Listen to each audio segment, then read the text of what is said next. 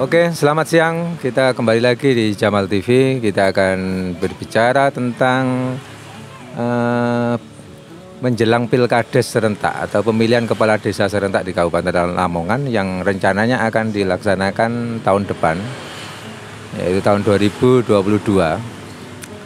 Nah, ini kita kedatangan Mas Amanu yang dulu pernah melakukan penelitian tentang potensi konflik menjelang Pilkades serentak. Ini saya kepingin tanya sebenarnya apa yang perlu dipersiapkan Pemda selaku penyelenggara, selaku regulator, selaku yang mendorong desa supaya bisa melakukan Pilkades secara serentak ini, kira-kira apa saja yang harus Pemda lakukan? Oke, terima kasih. Ngomong terkait Pilkada atau Pilkades serentak Kabupaten Lamongan yang insya Allah nanti tahun 2022 kalau nggak salah.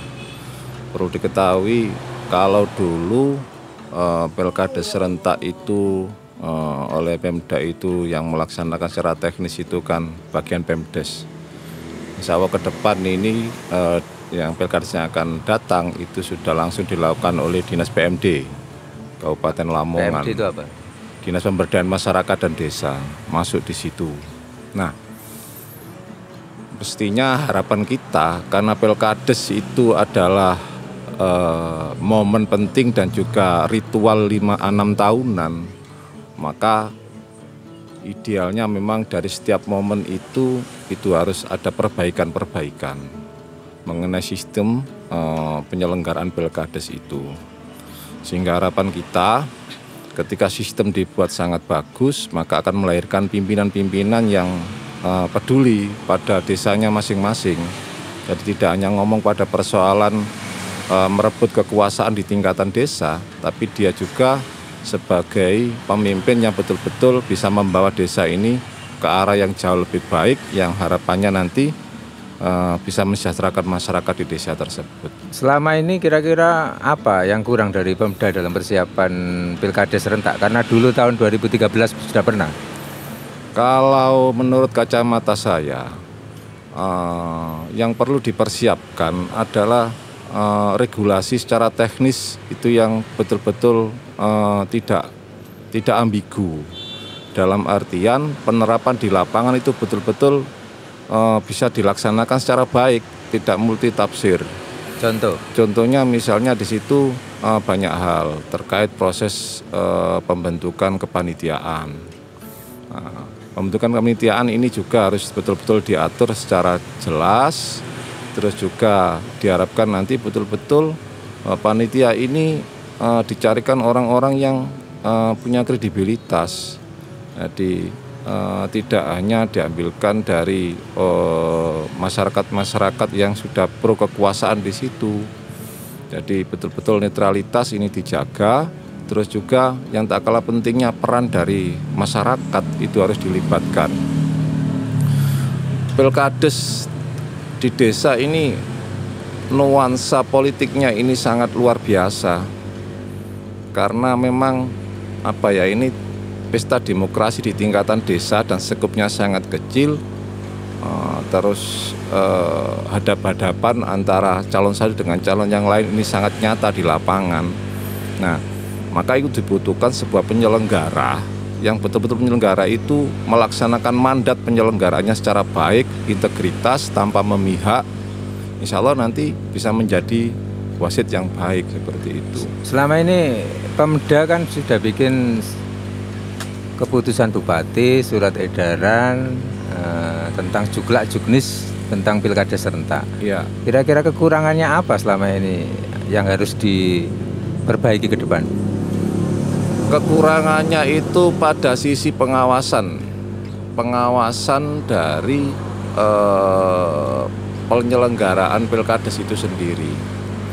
Jadi di situ keterlibatan masyarakat itu belum diatur secara rinci di aturan tersebut. Jadi pengawasan itu hanya mengandalkan dari pengawasan yang dilakukan oleh BPD dan juga dari kecamatan seperti itu. Idealnya memang bolehlah kalau kita merekomendasikan ke depan itu agar pelaksanaan Pilkades ini berjalan dengan baik, dibentuk tim pengawas yang tugasnya di samping mengawasi penyelenggara teknis dan juga mengawasi tim kampanye atau tim calon yang berkompetisi tingkat desa itu harus dibentuk. Nah, dibentuk di masing-masing dusun yang itu merepresentatifkan dari calon yang ada. Contoh misalnya butuh pengawas yang betul-betul netral itu, misalnya di sebuah desa itu ada 3 dusun lah dalam satu desa tersebut. Terus kebetulan ada 2 calon, maka diharapkan nanti itu ada pengawas yang diambilkan dari kedua calon tersebut mewakili di masing-masing dusunnya. Dan itu sudah berkomitmen bahwasanya pengawasan itu betul-betul melekat. Jadi mengawasi proses penyelenggaraan yang dilakukan oleh tim penyelenggara Pilkades tingkat desa maupun aktivitas-aktivitas politik calon seperti itu. Jadi saling mengontrol seperti itu. Mas Amanu, tadi kan sampean bilang tentang butuh solidaritas, butuh kegotong royong masyarakat desa. Bagaimana dengan fenomena Pilkades serentak ini? Kan sering membuat konflik gitu loh. Mungkin bikin ketukaran antar komponen desa. Ini bagaimana menggabungkan bahwa Pilkades serentak tetap jalan, Pilkades itu pemilihan ritual itu, tapi kegotong royongan ini juga tetap terjaga gitu karena pandemi seperti ini. Bagaimana? Ya, memang balutan solidaritas sosial itu harus memang betul digaungkan. Jadi idealnya memang masing-masing yang berkompetisi itu punya goodwill bahwasanya ini adalah proses demokrasi yang harus dilalui dengan baik, dilakukan dengan baik, dan dilakukan itu tidak hanya yang melakukan adalah calon, tapi seluruh relawan atau tim suksesnya di masing-masing dusun yang ada itu. Bentuknya gimana? Bentuknya misalnya memberikan penyadaran pada masyarakat bahwasanya masyarakat ini kita mencoba untuk membuka wacana kita ini butuh pemimpin, dan pemimpin itu akan lahir sebuah pemimpin yang baik ketika proses pemilihannya dilakukan dengan baik seperti itu. Ya, karakter masyarakat kita ini kan musyawarah, ya gitu loh, musyawarah. Lah ini kita dihadapkan dengan teori modern demokrasi bahwa pilihan secara langsung. Ini bagaimana menggabungkan karakteristik masyarakat yang senang musyawarah dengan tantangan regulasi yang modern impor dari luar bahwa harus langsung food mencari suara. Ini bagaimana caranya supaya penggabungan itu terjadi? Penggabungan itu bisa dilakukan, harus ada penyadaran kedua belah pihak kalau menurut saya. Jadi kompetisi dalam Pilkades ini melibatkan semua sumber daya. Kalau ngomong Pilkades di tingkatan desa itu, jadi ngomong dari calonnya sendiri, belum lagi persoalan gengsi keluarga, belum lagi persoalan kelompok identitas dan sebagainya, ini menjadi satu. Nah, itu semua akan bisa berjalan dengan baik dan didorong menjadi sebuah potensi yang bagus untuk demokrasi tingkat desa.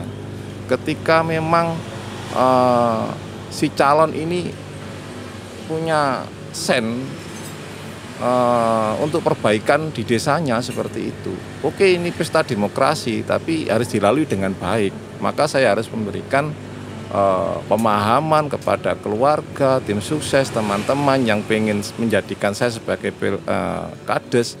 Ini harus dilakukan dengan baik, memberikan penyadaran masyarakat.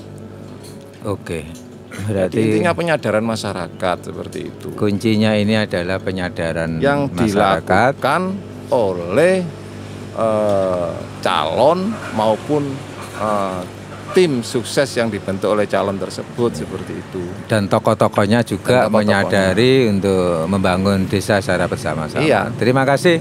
Demikian dialog kita tentang persiapan Pilkades serentak 2023 di Kabupaten Lamongan yang akan dilaksanakan tahun depan kira-kira tahun 2022.